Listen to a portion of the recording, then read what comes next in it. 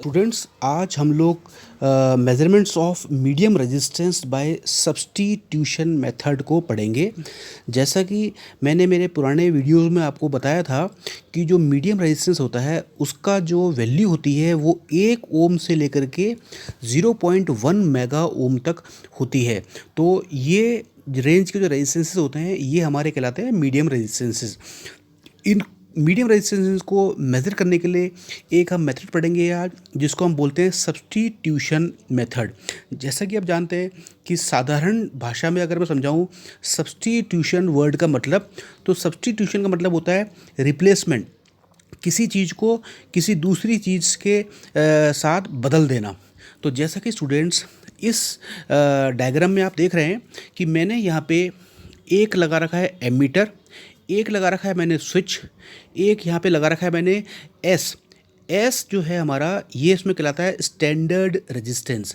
Students, आप लोग देख रहे हैं कि मैंने एस रेजिस्टेंस के बीच में एक रेड रंग का एरो लगा रखा है। तो एरो हमारे को ये दर्शाता है कि जो हमारा स्टैंडर्ड रेजिस्टेंस है वो हमारा वेरिएबल है। इसका मतलब ये होता है कि इसकी वैल्यू अगर मैं चाहूँगा तो इसको हिला करके मैं बदल सकता हूँ, वरना इसकी वैल्यू किसी भी कंडीशन पर चेंज नहीं होगी। उसके बाद देखें आप स्टूडेंट्स, एस के बिल्कुल नीचे आप देखिए कि मैंने एक लगा रखा है आर हमारा इसमें कहलाता है अननोन रेजिस्टेंस। ये हमारा जो अननोन रेजिस्टेंस है ये हमारा वो मीडियम रेजिस्टेंस है जिसको हम लोग सब्स्टिट्यूशन मेथड के द्वारा नापेंगे। तो स्टूडेंट्स आप ये देखें कि जो आर है कैपिटल आर हमारा इसमें कहलाएगा unknown resistance to be measured. जो हमारा कैपिटल एस है वो हमारा इसमें कहलाएगा स्टैंडर्ड वेरिएबल रेजिस्टेंस। उसके बाद आप देखें स्टूडेंट्स, लेफ्ट साइड पे आप देखें कि मैंने यहाँ पे एक छोटा रेजिस्टेंस लगा रखा है स्मॉल आर हमारा कहलाता है इसके अंदर रेगुलेटिंग रेजिस्टेंस। देन आप देखें स्टूडेंट्स, मैंने एक ही ए लेटर लिखा है, इसके ऊपर सर्कल लगाया है, ये दर्शाता है हमारे को एमीटर। तो हमारा इसमें ए क्या है, एमीटर, जो कि इस सर्किट का करंट आई जो है वो नापेगा। यहाँ देखें स्टूडेंट्स, आर के बिल्कुल नीचे मैंने एक लिखा हुआ है आई हमारा इसमें है वो करंट जो इस सर्किट में बहेगा। उसके बाद में कैपिटल ई नीचे लिखा है मैंने, ये हमारा इसमें कहलाता है बैटरी या कोई डीसी वोल्टेज का सोर्स। तो स्टूडेंट्स ये हमारा जो डायग्राम है, इस डायग्राम की सहायता से हम मीडियम रेजिस्टेंस को एक्यूरेटली नाप देंगे, और ये डायग्राम हमारा कहलाता है substitution method. Point number second देखें, आप देखें अब अननोन रेजिस्टेंस जो है हमारा है, मीडियम रेजिस्टेंस है, इसको नापने का तरीका क्या है। तो पॉइंट नंबर सेकंड से हम लोग इसको बोलेंगे, इसका मेथड स्टार्ट कर रहे हैं। स्टूडेंट्स आप सबसे पहले क्या करेंगे, जो मैंने ये स्विच लिखा हुआ है, सबसे पहले आप लोग स्विच को पोजीशन नंबर 1 पे रखेंगे। पोजीशन नंबर 1 पे स्विच को करते ही अननोन रेजिस्टेंस इस सर्किट में जुड़ जाएगा। मतलब हम लोग ये बोल सकते हैं कि हमारा करंट बैटरी से निकलेगा, बैटरी से होता हुआ आई करंट जो है वो स्मॉल आर से होता हुआ, एमीटर से होता हुआ, पोजीशन नंबर 1 से होता हुआ, अननोन रेजिस्टेंस से होता हुआ वापस बैटरी की तरफ आ जाएगा। तो अगर हम स्विच को पोजीशन नंबर 1 पे रखते हैं तो अननोन रेजिस्टेंस सर्किट में जुड़ जाएगा, या हम लोग सिंपल वर्ड्स में ये बोल सकते हैं कि unknown resistance is included in the circuit. अब हम लोग क्या करेंगे, जो स्मॉल आर है, स्मॉल आर को जिसको हम लोग बोलते हैं रेगुलेटिंग रेजिस्टेंस, इस स्मॉल आर को हम लोग वेरी करना स्टार्ट करेंगे, इसको हम लोग चेंज करना स्टार्ट करेंगे। और स्टूडेंट्स मैंने जो पहले वाले वीडियोस आपको समझाए थे उसके अंदर हम लोगों ने कुछ चीज़ें पढ़ी थी, एरर्स इन इंस्ट्रूमेंट्स। मतलब जो भी हमारे एमीटर या वोल्टमीटर होते हैं, इनको यूज़ करते हुए इनके अंदर कुछ एरर्स आती हैं। जैसे हम लोग क्या करते हैं, एक हम वर्ड बोलते हैं FSD, फुल स्केल डिफ्लेक्शन।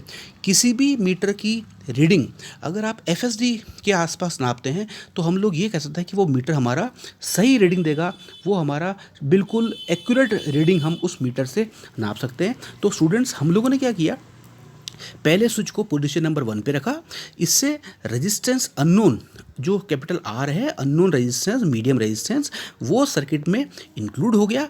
अब हम लोग स्मॉल आर जिसको हम लोग बोलते हैं रेगुलेटिंग रेजिस्टेंस, उसको हम चेंज करना, उसको वेरी करना स्टार्ट करेंगे, और इसको हम तब तक वेरी करेंगे जब तक हमारा जो एमीटर है उसके अंदर हमारे को कोई बिल्कुल साफ दिखने वाली रीडिंग जब तक नज़र नहीं आ जाए।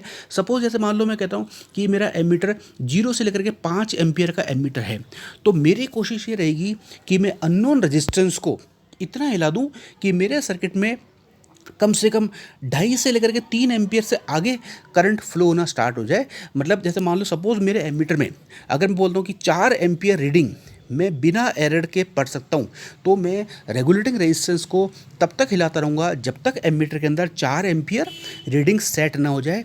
जैसे ही एमीटर के अंदर 4 एम्पियर रीडिंग या कोई भी कंफर्टेबल रीडिंग जो मैं बहुत आसानी से बिना गलती करे पढ़ सकता हूँ वो मैं सेट कर दूँगा।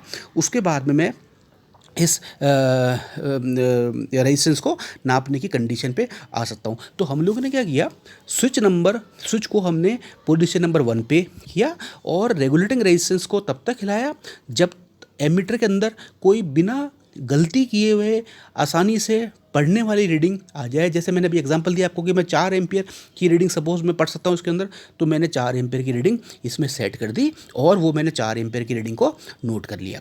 अब स्टूडेंट्स हम लोग क्या करेंगे, बिना सर्किट को ऑफ किए हम लोग क्या करेंगे, जो स्विच है हमारा, इस स्विच को एकदम से पोजीशन नंबर 1 से उठा करके पोजीशन नंबर 2 पे कर देंगे।